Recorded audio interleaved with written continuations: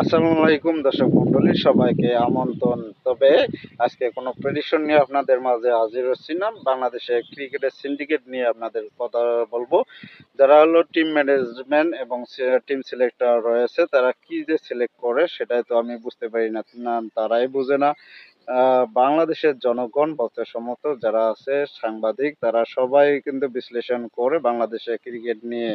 অনেকে ধ্যানমগ্ন হয়, টিভির দিকে তাকিয়ে রয় কখন বাংলাদেশে খেলা শুরু হবে। দিন শেষে বাংলাদেশ ক্রিকেট টিম কিন্তু হতাশায় উপহার দিচ্ছে। প্রিয় ফরম্যাট ওয়ান ডে এই সিরিজে হলো বাংলাদেশ ইতিমধ্যে হলো শ্রীলঙ্কার বিপক্ষে 3টি ওডিআই ম্যাচের সিরিজে প্রথম ওডিআই ম্যাচটি খেলেছে।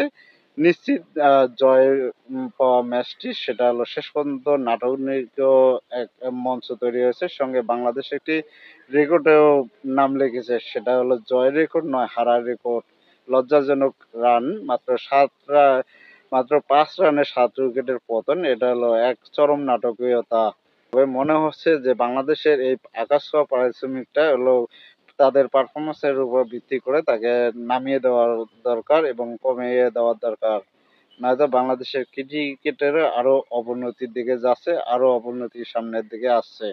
যারা ঘরোয়া লিগে পারফর্ম করছে তাদেরকে সুযোগ দিচ্ছে না, আর অধারাবাহিক এবং পারফরমেন্স যাদের নাই, বিশেষ করে লিটন কুমারের দাসটা সবার আগে না আসে, যিনি হলো ওপেনিং এ পারফরমেন্স করতে পারছে না এবং নির্বাচক প্যানেল তাকে সিলেক্ট করেছে এবং তাকে 4 নম্বরে ব্যাটিং করার সুযোগ দিয়েছে, কিন্তু সেখানেও তিনি ব্যর্থ।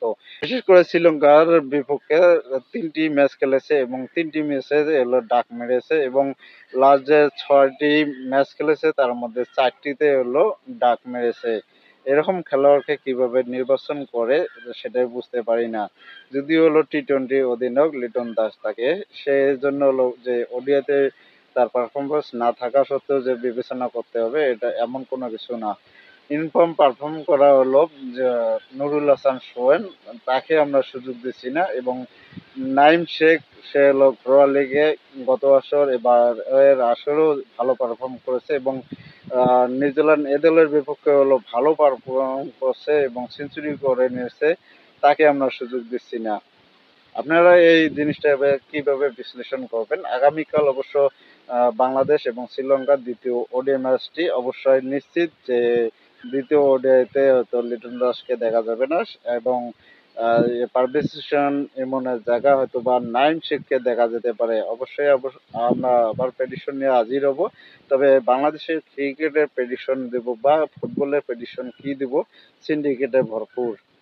আর অনেকে আপনাদেরকে আশ্বাস আমি দিয়েছিলাম যে আসলে যারা প্রথমে ব্যাটিং করবে তাদের টার্গেটটা এরকম 250-এর যদি নিচে হয়, পরে যারা ব্যাটিং করবে তাদের জন্য জয়ের জন্য খুব সুযোগ, কিন্তু সেই রকমই ছিল। 101 রানে 1 উইকেট, যেখান থেকে এলো পরবর্তী এলো 105 রানের ভিতরে হলো 7 উইকেট পড়ে যায়।